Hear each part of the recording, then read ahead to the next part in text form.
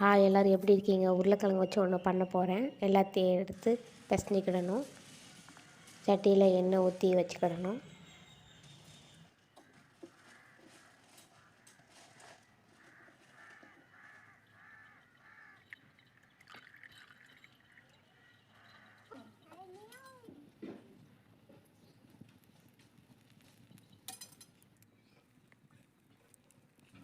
பிசைஞ்சு வச்சதை எண்ணெய்க்குள்ளே போட்டு பொரித்து எடுத்துக்கிடணும்.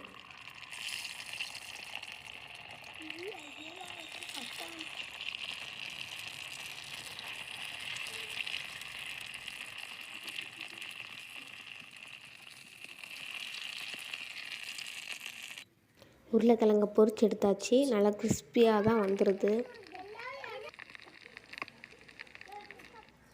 உருளைக்கிழங்கு வடை ரெடி.